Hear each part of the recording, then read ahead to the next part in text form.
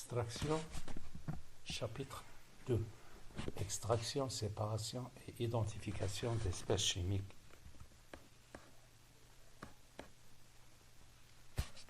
Paragraphe 1. Les techniques d'extraction. Dès l'Antiquité, l'homme se servait des substances odorantes pour sa nourriture, embaumer ses morts, se soigner ou même se parfumer. Plusieurs techniques étaient utilisées. La technique 1. L'enfleurage. L'enfleurage est utilisé avec des pétales de fleurs moyennement fragiles, comme les roses par exemple, qui sont plongés dans un bain de graisse animale et qui est chauffé à plusieurs reprises. Lorsque les fleurs ont livré toute leur essence, elles sont enlevées et remplacées par d'autres, et ce, jusqu'à l'obtention d'une graisse saturée. On obtient ainsi une pommade d'enfleurage qui pourra être utilisée comme parfum solide.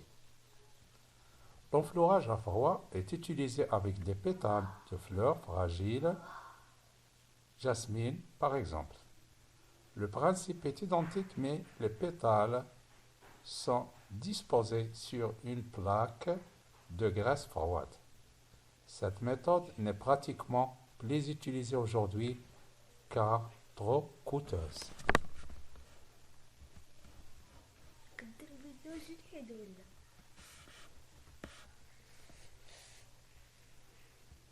تعلم الستمونتي ها قول. La deuxième technique, c'est le pressage.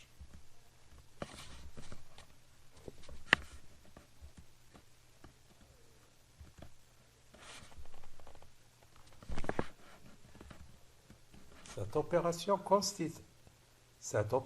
consiste à faire sortir un produit en exerçant une pression. Les Égyptiens écrasaient des fleurs pour extraire des arômes ou des parfums. C'est aussi l'opération effectuée lorsqu'on se prépare l'huile d'olive. Paragraphe 3. L'extraction par solvant liquide-liquide. Le choix du solvant extracteur obéit à 3 critères suivants. Le solvant doit être non miscible à l'eau. L'espèce à extraire doit être très soluble dans le solvant, c'est-à-dire beaucoup plus soluble dans le solvant extracteur que dans l'eau. Le solvant doit être volatile.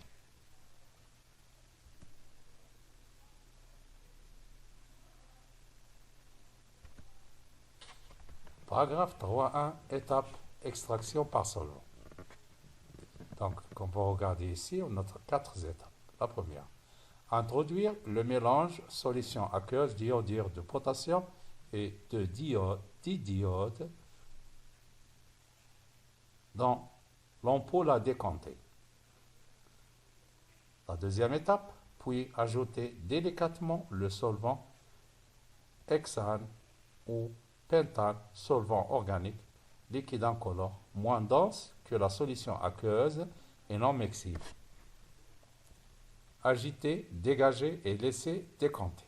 Après, on observe alors 2 phases, sachant que la densité d'hexane est très inférieure par rapport à la densité de l'eau. La phase supérieure contient le diode, phase organique. On récupère la phase contenant le diiode et le solvant. Après évaporation du solvant, on recueille le diode solide. Quatrième paragraphe, c'est l'hydrodistillation. Donc, pour voir tout type d'activité concernant ce paragraphe, il faut consulter la vidéo qu'on a proposée avant. Définition, on va voir maintenant ce qu'on appelle la chromatographie. Donc, on va définir ce qu'on appelle la chromatographie. La chromatographie est une méthode physique de séparation et d'identification des espèces chimiques constituantes un mélange. Paragraphe 2. Réalisation d'une CCM.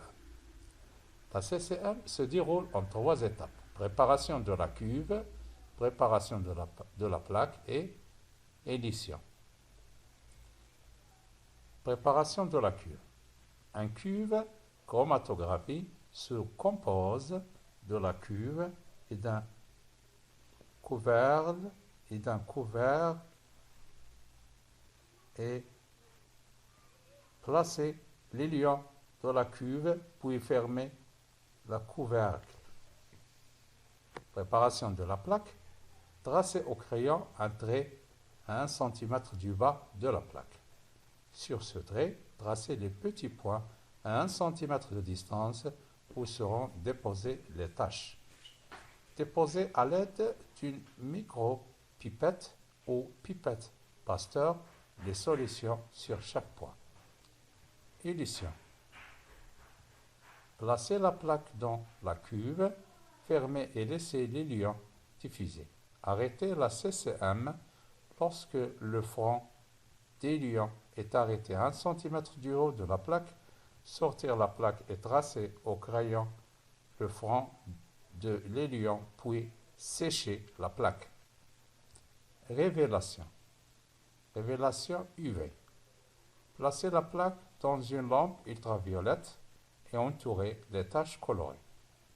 Révélation de l'iode dans un flacon.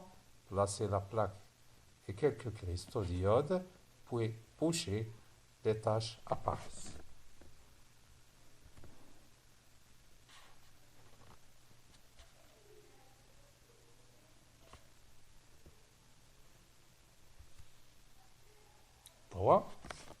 Exploitation de chromatogramme. Exemple, comme vous voyez ici, vous constatez bien l'existence d'un chromatogramme après révélation. Constatez ici qu'il y a ce qu'on appelle la ligne de base, front de base et plusieurs types de tâches qui se trouvent sur la même ligne. Donc, on va annoncer ce qu'on appelle le rapport frontal. Le rapport frontal RF d'une espèce chimique dans un élion donné est défini par FF égale à H de l'espèce sur grand H de l'élion. Avec H de l'espèce, c'est la hauteur atteinte par l'espèce étudiée. H de l'élion, c'est la hauteur atteinte par l'élion. Si le corps étudié ne présente qu'une tache après révélation, on peut affirmer qu'il est pur. En comparant les rapports frontaux des taches laissées par l'échantillon étudié aux rapports frontaux des taches laissées par les corps de fréquence anthétique, il est possible de déterminer la composition de l'échantillon.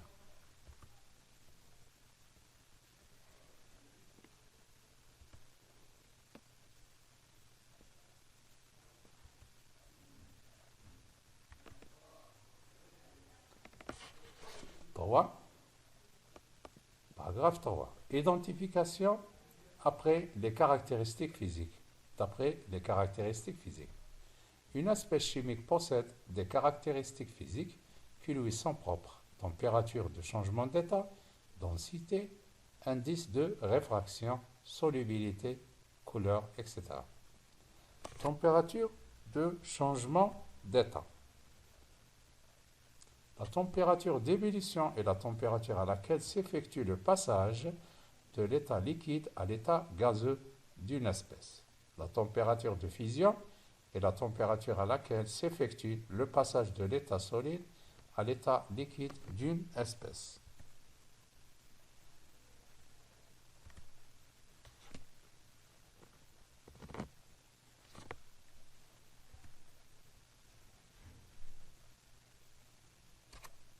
Paragraphe 2. Densité. La densité d'une espèce par rapport à l'eau est le rapport de la masse d'un certain volume de substance par la masse du même volume d'eau, tel que D est égal à la masse de la substance divisée par la masse de l'eau. C'est une grandeur sans unité. La solubilité. Elle exprime la masse d'une substance que l'on peut dissoudre dans un solvant donné. Elle s'exprime en général en grammes par litre.